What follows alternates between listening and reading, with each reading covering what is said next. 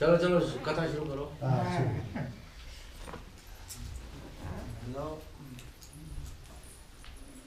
This is the full moon today. Every home seeks the blessing of Shiva and the full moon. The mythology believes that when the moon is full, Shiva is in the best mood at that moment. And he is very generous at that time. So this home is also celebrating the full moon, which you will see this night. The moon will be huge. Haji. Satyanarayan भगवान की जय। सत्यनारायण व्रत कथा पहला अध्याय। एक समय निमिषाण तीर्थ में सनकादिक 88,000 ऋषियों ने श्री सूत जी से पूछा, हे प्रभु, इस कलयुग में वेद विद्या रहित मनुष्य को प्रभु भक्ति किस प्रकार Story of mythology is repeating.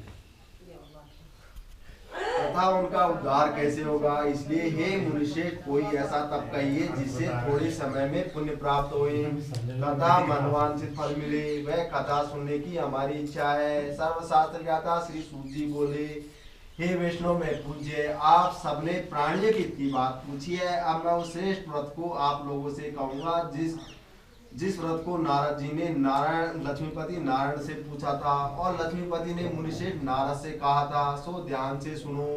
एक समय योगीराज नारद जी दूसरों की हित की इच्छा से अनेक लोकों में घूमते हुए मृत्यु लोक में आ पहुंचे।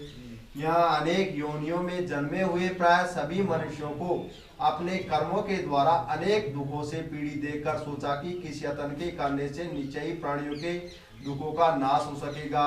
ऐसा मन में सोचकर विष्णु को वे वहां श्वेत वर्ण और 4 भुजाओं वाले देवों के देव ईश नारायण को देखकर, जिनके हाथों में शंख चक्र गदा पहाते तथा वरमाला पहने हुए थे, स्तुति करने लगे। हे भगवान, आप अत्यंत शक्ति से संपन्न है। मन तथा वाणी भी आपको नहीं पा सकती। आपका आदि मध्य अंत नहीं है। निर्गुण स्वरूप सृष्टि के आदि व भूति व भक्तों के दुखों को नष्ट करने वाले हो। आपको मेरा नमस्कार है। नारद जी ने इस प्रकार की स्तुति सुनकर विष्णु भगवान बोले, हे मुनिश्रेष्ठ, आपके मन में क्या है? आपका किस काम के लिए आगमन हुआ है? निसंकोच कहो। तब नारद मुनि बोले, मृत्यु लोक में सब मनुष्य जो अनेक योनियों में पैदा हुए हैं, अपने अपने कर्मों के द्वारा अनेक प्रकार के दुखों से दुखी हो रहे हैं। हे नाथ, मुझ पर दया रखते हो तो बतलाइए कि उन मनुष्यों के सब दुख थोड़े से ही प्रयत्न से कैसे दूर हो सकते हैं। श्री भगवान जी बोले, हे नारद, मनुष्य की भलाई के लिए तुमने बहुत अच्छी बात